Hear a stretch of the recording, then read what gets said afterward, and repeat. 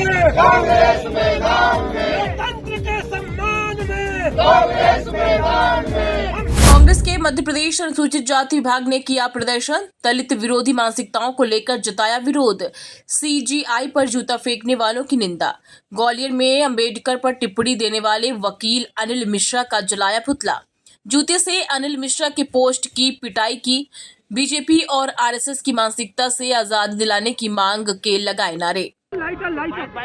देखिए, इस देश में इतिहास में, भारत के इतिहास में पहली बार सीजीआई के ऊपर जूता फेंकने का काम हुआ और एक वकील के द्वारा जूता फेंका गया है। बाबा साहब अंबेडकर के प्रति अमर्यादित और अपशब्द बोलने का काम ग्वालियर का एक हाईकोर्ट का वकील करता है। किस तरीके से आरएसएस और भारतीय जनता पार्टी इस देश में जाति की कटुता फैलाने का काम कर रही है।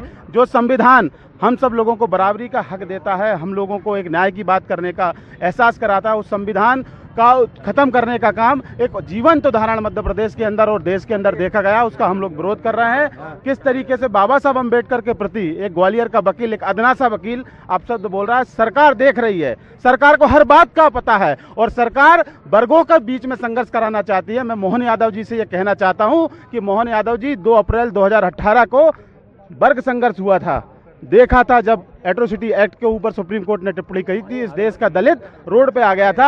आज वो स्थिति ग्वालियर के अंदर बन रही है, लेकिन मोहन यादव जी सो रहे हैं।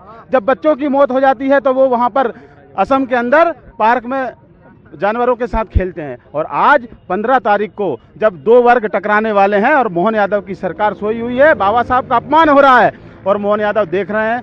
दिल्ली में किस तरीके से सीजीआई के ऊपर हमला हुआ और पूरे मोदी जी ने एक शब्द नहीं कहा, अमित शाह जी ने एक शब्द नहीं कहा। अगर मैं आपके सामने कहना चाहता हूं, अगर जूता फेंकने वाला व्यक्ति कोई मुस्लिम होता तो अब तक उसका कनेक्शन पाकिस्तान से आरएसएस और बीजेपी जोड़ दी होती। इसलिए जो सोच है इस देश में, जातिवादी सोच, तो जातिवादी सोच को हम लोगों को सबको खत्म करना होगा। और बाबा साहब अंबेडकर के प्रति इस देश का नहीं, दुनिया का व्यक्ति अपना संविधान और आदर व्यक्त करता है। अगर कोई व्यक्ति बाबा साहब का अपमान करेगा तो दलित और आदिवासी पिछड़ा इस देश का जो बाबा साहब को मानने वाला है, किसी भी सूरत में उसको बर्दाश्त नहीं करेगा। हम लोग राष्ट्रपति महोदय को ज्ञापन दे रहे हैं।